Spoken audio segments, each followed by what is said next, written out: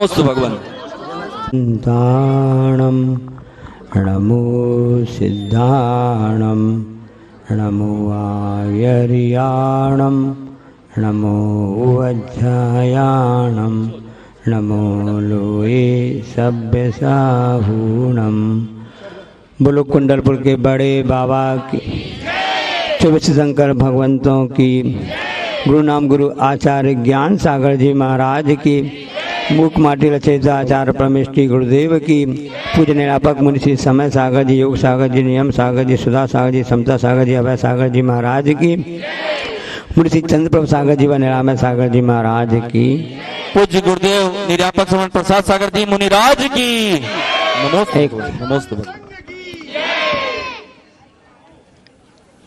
कल से परम पूजाचार्य महाराज जी का बिहार प्रारंभ हुआ दोपहर को। उसके पहले पंच कल्याणक गजरत महोत्सव सब सानंद संपन्न हुआ तिल्ला देवरा में। और जब जैसे ही पता चला कि आचार्य श्री का जो बिहार का रुख है, रास्ता है, राजधानी,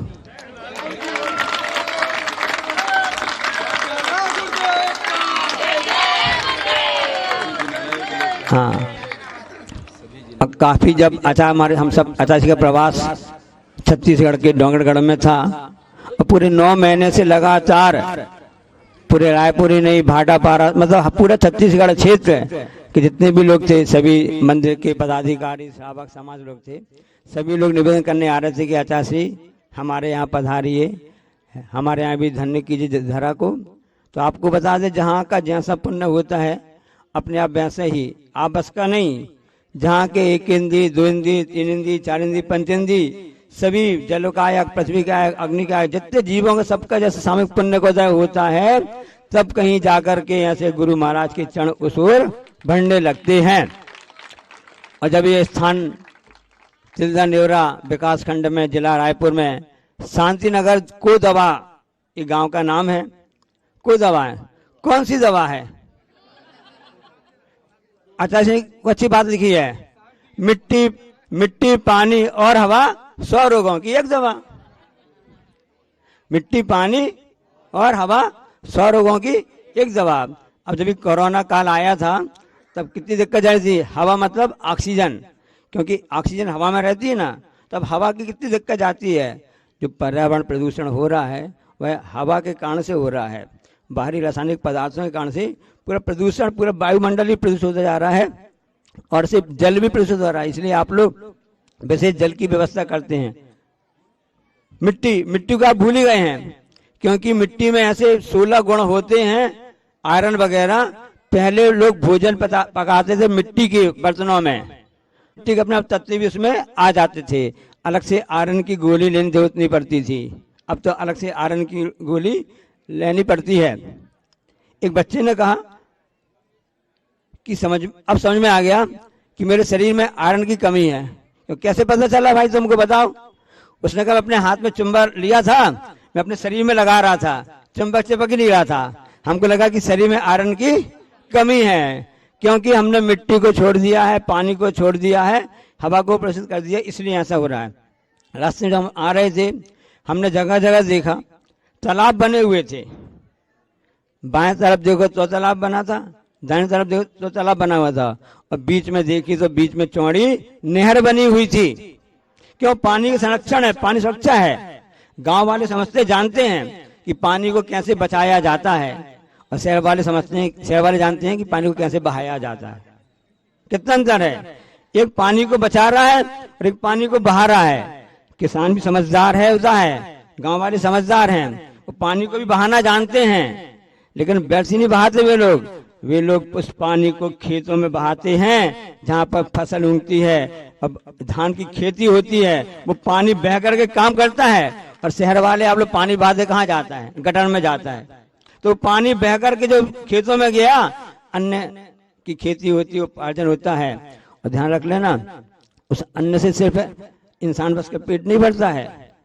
बहुत से भूसा के ढेर लगे थे, उन जो भूसा निकलता है उससे पशुओं का भी पेट भरता है, उनको भोजन मिलता है। और पक्षी आते हैं उस खेत में आकर के उसको चुंग जाते हैं और उनका भी पेट भर जाता है। एक कहावत एक थी, कोई कबीरदास जी से कोई भी थे, जो भी पता नहीं है ना, तो उनको खेत की रखवाली की रक्षा दिया गया कि आप खेत की सुरक्षा कीजिए। तो अपने आराम से बैठे रहे। उनके पिताजी आए, जो भी आए, क्यों भाई क्या कर रहे तुम, हम तुमको कहा था ये सब सुरक्षा करना, जो चिड़िया वगैरह उनको भगा देना। तो उन्होंने क्या जवाब दिया, राम जी की चिड़िया, राम जी का खेत, खा लो चिड़िया भर भर पेट। ऐसी भावना वाला होना चाहिए, तभी कहीं जाकर के अपने आप फसल उच्च भावना से होता है, सब कार्य होता है। पिछले प्रवास कल रात में शाम को विश्राम किया था, कौन सा काम था, कोनारी था।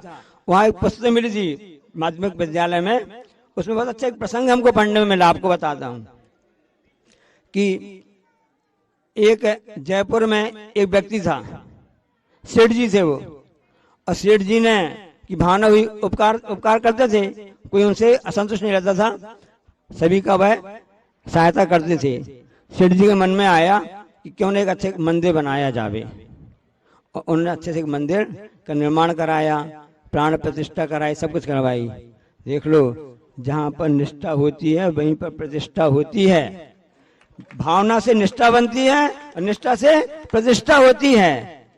चाहे वह वेदी प्रतिष्ठा हो, जिनबिंब प्रतिष्ठा हो, जिनालय प्रतिष्ठा हो, चाहे स्वयं की प्रतिष्ठा हो, अपनी प्रतिष्ठा खुद बनानी पड़ती है। इसलिए भावना और निष्ठा अच्छी आप रखेंगे तो प्रतिष्ठा कार्यक्रम भी सानंद संपन्न होगा। जैसा कि आपने पिछले प्रवास में, आपने पिछले हफ्ते एक पखवाड़े से आप सभी समाचार पत्रों में देख रहे थे, और पूरे विश्व परिवार, पूरा तिलदा निलदा से लगा, पूरा विश्व का परिवार बन गया हो ऐसा लग रहा था, क्योंकि चारों दिशाओं से पूरे भारत वर्ष से सभी लोग इकट्ठा हो रहे थे। विदेश से लोग आए थे, लंदन से भी आए थे, अमेरिका से भी आए थे, न्यूजर्सी से भी आए थे, पूरा विश्व इकट्ठा हो गया था, क्योंकि वहां सबकी निष्ठा ऐसी थी, इसलिए प्रतिष्ठा भी अच्छी हो गई। तो जयपुर का वह सेठ जी, उसने कहा कि मैंने मंदिर बनवा दिया, प्रतिष्ठा करवाने हैं, और प्रतिष्ठा सानंद संपन्न हुई।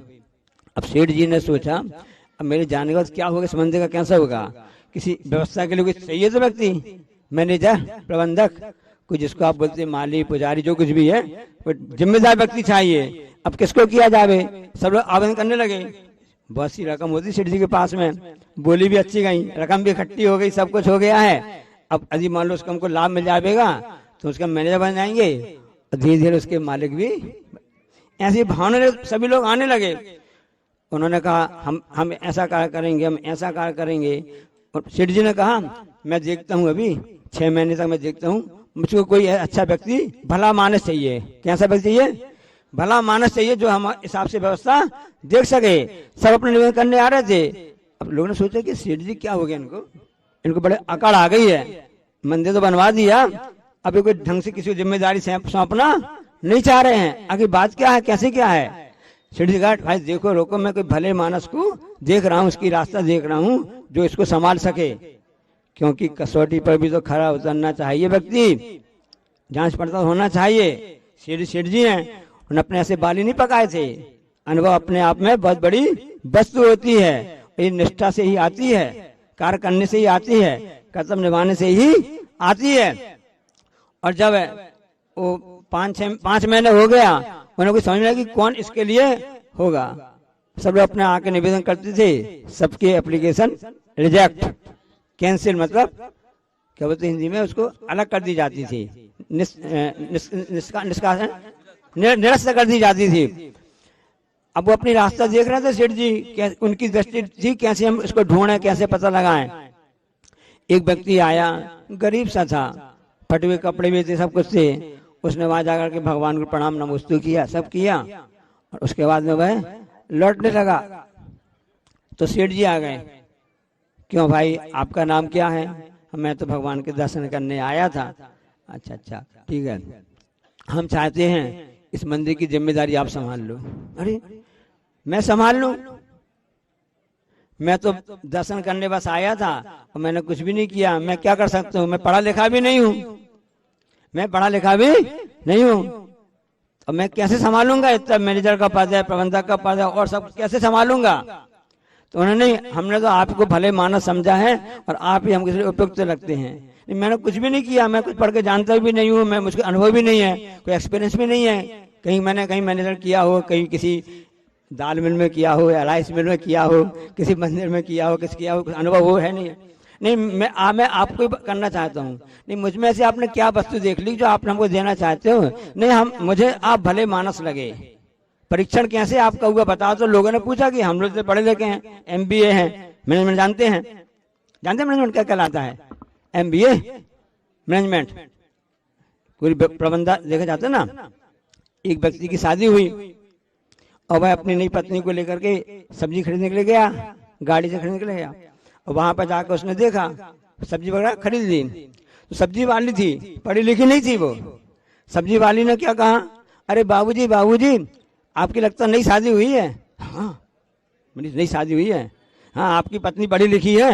और वो खुश हो गया कि मुझको पढ़ी लिखी पत्नी तो मिल गई, सब्जी वाली जानती है, समझ रही है ना।